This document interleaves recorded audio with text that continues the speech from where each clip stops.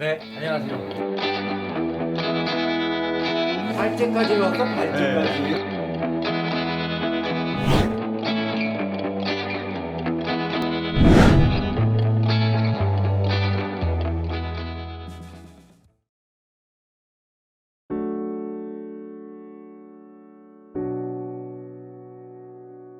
그래서 이제 저는 사실 그 카톡방에서 제가 차라리 학교를 없애자, 없애자. 예, 뭐 이런 얘기를 했었잖아요. 그래서 선생님 그 직업 인문학이라는 말을 문사철 이렇게 동일시하지 말자. 그것만으로 생각하는 그건 뭐 당연한 관점은 벗어나야 되고 아르테스, 리베랄레스라고 불렀던 소양치. 리버럴 아트 요거를 활용하는 게 좋겠다. 그게 기본 취지고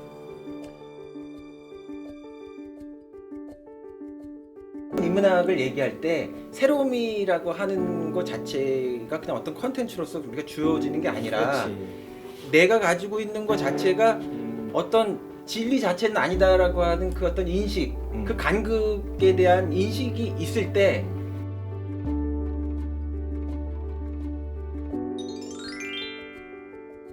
근데 짬밥이. 저는 오늘 방송 이렇게 하면서 아까 함던규 선생님이 했던 그 짧은 멘트였는데 그게 좀 딱 뒤통수를 쳤던 것 같은 생각이 들었어요. 관점을 바꿔라, 혹은 뭐 입장을 바꿔 생각해봐라. 뭐 사실 같은 톤이라고 얘기할 수도 있지만 우리가 이제 예술 작품을 통해서 딱 마주칠 때 우리에게 좀 감흥 이런 게 있잖아요. 근데 지구가 멈추는 날, 그 영화 소개하면서 그 키아누 리브스가 그 미국 대통령 장관 네. 그 대화 장면을 이야기를 하면서 우리 행성을 라고 표현했을 때 그 키아누 리브스가 이제 외계인인데 이게 왜 너의 행성이냐, 나는 지구의 친구다. 이 말은 이게 그동안 이제 함동규 선생님이 이야기해 왔던 그러니까 개인적으로 들었던 그런 얘기들의 관점하고도 딱 맞는 것 같고, 잘 어울리는 얘기. 또 한 가지는 제가 했던 얘기랑도 통하는 것 같다는 생각이 들었어요. 그러니까 저는 그러니까 동양 철학이라고 하는 걸 부정한다, 필요 없다 이런 식의 얘기를 하는 게 아니라 고전이 아무리 위대한 진리를 담고 있다고 할지라도 그게 인간의 삶보다 무거울 수 없다. 그래. 이거거든요. 멋진 말이네. 그러니까 고전이 우리의 삶을 위해서 있는 거지 우리가 고전을 위해서 있는 게 아니다라고 한다면 결국은 우리 삶으로 고전을 읽어내야 되는 거고 삶을 통해서 고전을 받아들이고 바꿀 수도 있고 그 얘기를 하려고 하는 게 인문학의 노력 일터인데 아마도 그 새로운 인문학이라고 하는 게 바로 그런 내용이지 않을까 싶어요. 그래서 저는 나름대로 이제 오늘 여러 선생님들이랑 얘기하고 들으면서 그 생각을 새삼스럽게 다시 확인했고 또 많은 부분에서 다른 이야기를 한 것 같지만 사실은 큰 부분에서 공유하고 있는 지점이 크다라는 생각이 들었어요. 이제 좀 길게 했는데 저는 이렇게 오늘 좀 여러 선생님들하고 대화한 부분을 정리하고 싶은데 각자 선생님들도 이제 이렇게 한마디씩 정리를 하고 그 제가 되게 좋아했던 드라마 중에 뉴스룸이라고 있었는데 드라마 중에 예 미드 미국 미드 드라마. 있어요. 예. 미드. 예. 1회 때 나온 되게 제가 좋아하는 대사가 있어요. 문제 해결의 시작은 그것이 문제라는 것을 인식하는 것이다. 문제 해결은 그것이 문제라는 것을 인식하는 것에서 시작된다.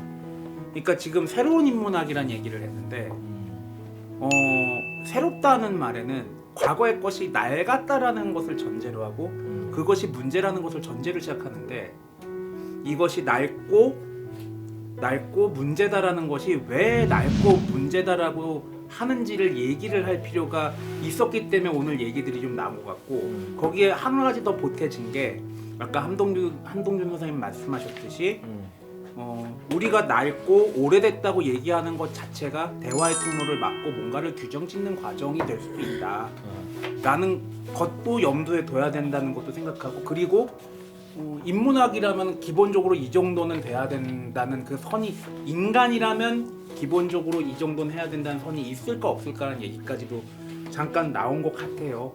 그래서 다 제가 했나요? 그러면서 이제 그것을 해결하기 위한 뭐 학교를 없애자 그리고 새로운 인문학이란 어떻게 돼야 된다 뭐 동양이라는 개념에 대한 생각 그리고 적폐라는 것에 대한 생각 여러 가지 얘기들이 나왔는데 앞으로 대화가 굉장히 좀 저는 흥미진진할 것 같다. 이런 지금 뭐 김재윤 선생님 같은 경우에는 오늘 준비한 거에 8분의 1밖에 못했잖아요. 앞으로 할 얘기가 많다. 그러니 많이 봐주십사. 맺은 말 따로 좀 애매한데 하나는 논문이 아닌데 맺은 말이라니. 아우. 늘 준비하고 있는 우리의 홈프. 그 아, 공부 잘하는 사람은 달라. 우리 얘기가 이제 좀 논쟁적으로 가는 게 재밌겠다 그 생각이 일단 들어요. 근데 뭐 많은 피드백이 있었으면 좋겠지만 하여튼 왔으면 그거도 이제 논쟁적일 거고 단지 논쟁을 하되 상대방이 알아들을 수 있는 방식으로 문제를 던져서 그래 문제는 수긍하지만 접근법은 좀 다르다 뭐 이런 식으로 이제 오가는 게 그러니까 옛날에 뭐 지금도 그렇지만 방송 같은 데서 패널들 나와서 토론하면 그냥 지들끼리. 자기 말만 하고 싸우고 끝나잖아요. 그거 아니라 듣다 보면 그래도 이제 각자의 입장이 견지되더라도 제3자가 들었을 때 충분히 판단할 수 있을 만큼의 어떤 논리를 간직하는 뭐 그런 형태로 진행되면 좋겠다 하는 거 하나 하고 또 하나는 답을 주려는 게 아니다. 답은 뭐 각자가 이제 찾아가되 답에 접근하는 어떤 과정 이거를 이제 공유하게 된다면 저는 그게 가장 중요한 게 비판 정신이라고 생각하는데요. 이렇게, 비판이 뭔지 제대로 된 비판이라는 게 얼마나 발전적일 수 있고 또 아까 이종호 선생님 낡은 거를 이제 우리가 극복하는 게 새로운이란 말 속에 담을 수 있는 내용이다 이렇게 말씀하셨는데 대체 비판이라는 게 과연 과거의 유산들을 동서고금의 유산들을 어떻게 가려내서 활용하는 작업인지 뭐 이렇게 제대로 비판을 하게 되면 서구 중심주의 무슨 전통 중심주의 어떤 특정 입장 가령 뭐 특정 종교 뭐 중심주의 이런 것들을 심지어는 아까 선생님 생명 중심주의 같더라고요. 지구 생명을 위해서. 근데 그 말고 또 지구 중심주의 말고 어떤 중심주의들을 다 우리가 솎아내고 그래도 남는 것들을 갖고 어떤 건설과 구성 뭐 이런 작업들을 해볼 수 있지 않을까. 그래서 새로운 인문학을 우리가 답으로 주겠다가 아니라 이 과정을 통해서 이 방송이 끝나는 날쯤 아마 그때 보이는 모습이 새로운 인문학이 될 수 있지 않을까. 뭐 그런 생각 좀 해보게 됩니다. 사실 그게 되게 중요한 지적 같아요. 우리는 모든 문제에 정답이 있을 거라는 가정을 해버려요. 그리고 설사 정말로 정답이라는 게 있다 손 치더라도 그 정답을 찾아내기란 정말 어려운 일이거든요. 근데 이제 우리는 문제 고르기 식의 이 교육에 익숙하다 보니까 이 정답이 있을 거라고 가정하고 정답 찾기에 올인하는데 이런 태도로부터 일단은 한 발짝 좀 물러서서 여유를 좀 갖는 그 여유 속에는 아까 선생님들도 얘기했지만 상대방에 대한 인정. 저는 인정해야 존중할 수 있다고 생각해요. 많은 사람들은 상대방을 존중해야 된다는 당위를 머릿속에만 갖고 있을 뿐 제대로 현실에서는 실천하지 않는 것 같아요. 그렇기 때문에 저는 인문학이 유행하는 현상이 고무적이라고 생각해요. 그런데 거기서 우리는 정보와 지식만 얻어요. 저는 이렇게 얘기하고 싶어요. 아는 만큼 행동하라. 배운 만큼 실천하자. 우리가 머릿속에 담고 정답만 고르기에는 인문학이 우리에게 알려주는 그 공부의 깊이와 가치가 너무도 큽니다. 따라서 저는 좀 더 행동하고 실천할 수 있는 것으로 갔으면 좋겠어요. 마지막으로 제가 늘 안타까워하는 건데 늘 우리는 대졸자, 어느 정도 여유가 있는 사람, 뭐이 눈으로만 커리큘럼을 짜고 인문학 공부에 대해서 얘기하는 건 아닐까?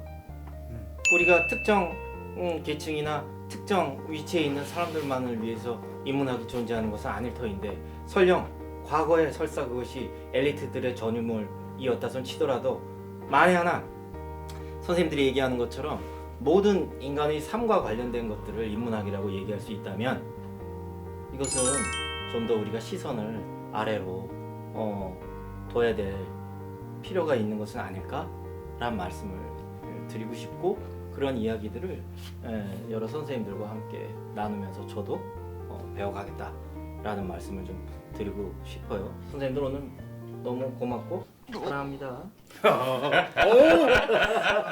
징그러.